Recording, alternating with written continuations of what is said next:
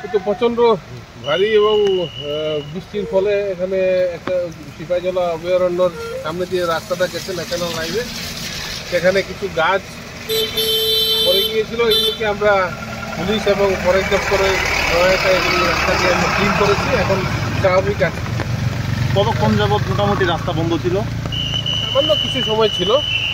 আমরা খুব দ্রুত আমরা ফরেস্ট ডিপার্টমেন্টের হেল্প নিয়ে আমরা এই রাস্তাটাকে আমরা পরিষ্কার করে এখন একদম মুভমেন্ট, ট্রাফিক মুভমেন্ট এখন নর্মাল আছে।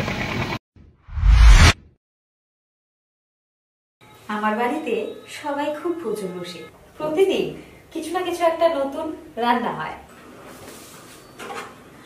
আর সবাই খুব মজা করে চেটে পুটে খায়। সবাই বলে আমার হাতের জাদুতেই নাকি রান্না এত ভালো হয়। আর আমি বলি সবটাই হলো পিআর গোল্ড কচ্চি ঘনি সরিষার তেলের জাদু।